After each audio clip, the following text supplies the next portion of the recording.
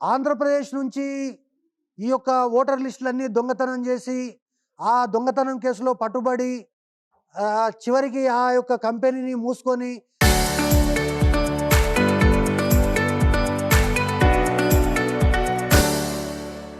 పోయినటువంటి ఆ వెంకటేశ్వరరావును TSTS chairman కాబట్టి ఆయనను ఈ దొంగకు ఆ దొంగ సాక్ష్యం చెప్పే విధంగా 3 మెన్ కమిటీ వేశారు.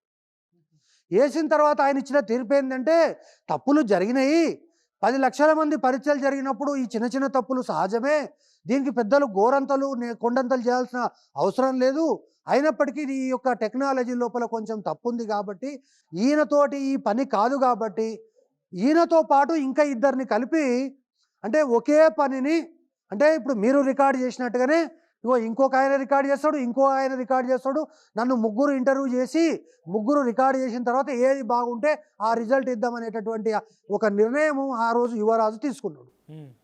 ఆ విధంగా వీడు చేసినటువంటి దొంగ పనికి తెలంగాణ రాష్ట్రంలో 33 మంది విద్యార్థులు ఆత్మ బలిదానం చేసుకున్నారు.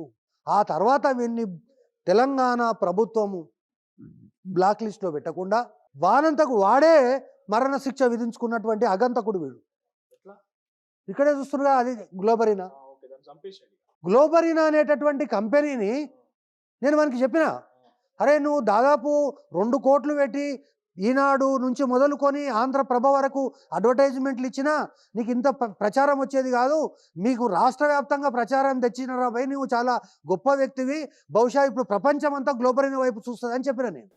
వాడు తెల్లారే గ్లోబరీనా ప్లేటు ఫిరాయించేసి ఈ కోఎంటు ఎడ్యుటెక్ ప్రైవేట్ లిమిటెడ్ అని మార్చారు. మీరెందుకు అరెస్ట్ అవ్వాల్సి వచ్చింది? మిమ్మల్ని ఎందుకు అరెస్ట్ చేసిరు? అంటే ఈ కుట్ర ఏమైనా ఉందా దాని మీద? దానికి ఇంకొక 2 నిమిషాల తర్వాత నేను ఆ పాయింట్కి వస్తాను. ఇది అయిపోయింది, వాడు రిజల్ట్ చేసిండు, తర్వాత అడ్వాన్స్ సప్లిమెంటరీకి వీడు చేసిండు, వీని చేసిన రిజల్ట్ ఎవడు తీసుకోలేదు, థర్డ్ పార్టీ చేసిన రిజల్ట్ తీసుకున్నారు, అనౌన్స్ చేసిండ్రు, తర్వాత వీన్ని బయటికి నెట్టేసిండ్రు, తర్వాత మళ్ళీ వీనికి బ్లాక్ లిస్ట్లో పెట్టిండ్రు, వీనికి డబ్బులు ఇవ్వలేదు, ఈవెన్ నెక్స్ట్ ఇయర్ కూడా టెండర్ వేయడానికి ప్రయత్నం చేసిండు, టెండర్ వానికి ఎలిజిబుల్ కాదని చెప్పిండ్రు, శతవిధాల ప్రయత్నం చేసిండు, కానీ కానీయలేదు.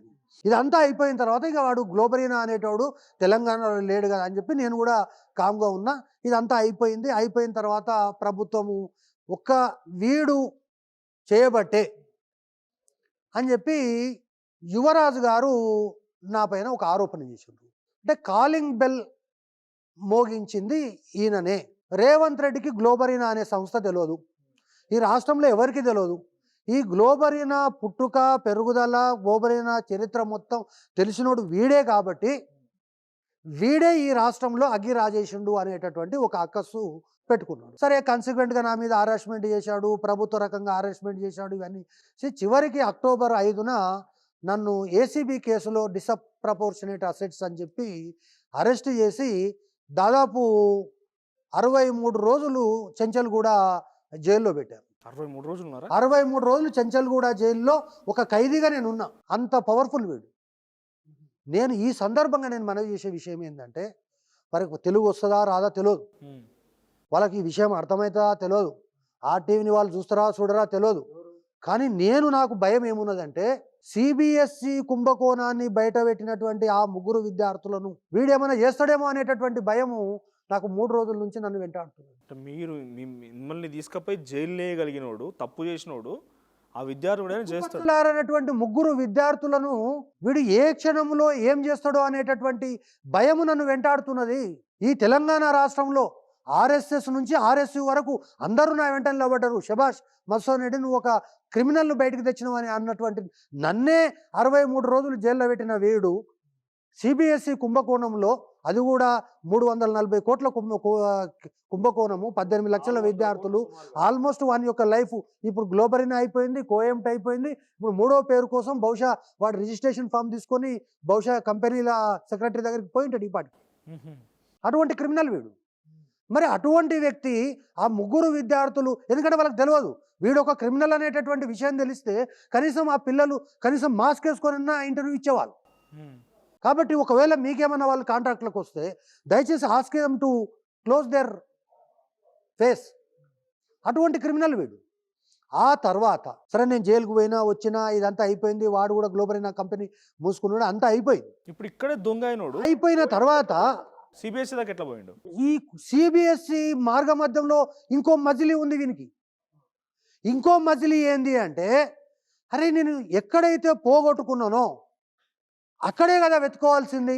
వాడు అంత ఐటీ ఉన్నా ఆ లాజిక్ మర్చిపోయిండు. వాడు మర్చిపోయి మళ్ళీ ఇంటర్మీడియట్ బోర్డుకు వచ్చాడు. 2023 అంటే 24 పరీక్షలకు మేము సందర్భం అవుతున్నటువంటి సందర్భంలో 2023 నవంబర్లో మళ్ళీ ఇంటర్మీడియట్ బోర్డులో ఈ అవతారంతో మళ్ళీ ఎంట్రీ ఇచ్చాడు. కోయింపుతో మేము ఏమనుకున్నామంటే ఆల్ ఆఫ్ సడన్ పరీక్షలు బాగా జరుగుతున్నాయి, గ్లోబరీనా అనేటటువంటి ఒక శనిగ్రహం నుంచి పోయింది. మీరు నమ్ముతారో నమ్మరో తెలియదు కానీ ఈ గ్లోబరీనా కంపెనీ యొక్క 2019 క్రైసిస్ తర్వాత 2020లో బయట ఆఫ్ ది రికార్డ్ చెప్పొచ్చో చెప్పకూడదో నాకు తెలియదు కానీ 5 గొర్రెపోటలను తెచ్చి ఇంటర్మీడియట్ బోర్డులో శాంతి జరిపించినటువంటి పరిస్థితి నాకు తెలుసు. 5 గొర్రెపోటలను కోసి ఇంటర్మీడియట్ బోర్డుకు ఏదో శని చుట్టుకున్నట్టుంది కాబట్టి ఈ శని నుంచి బయటపడాలని చెప్పి 5 గొర్రెపోటలను తెచ్చి అక్కడ ఉన్నటువంటి అమ్మవారికి నైవేద్యం పెట్టినటువంటి పరిస్థితి.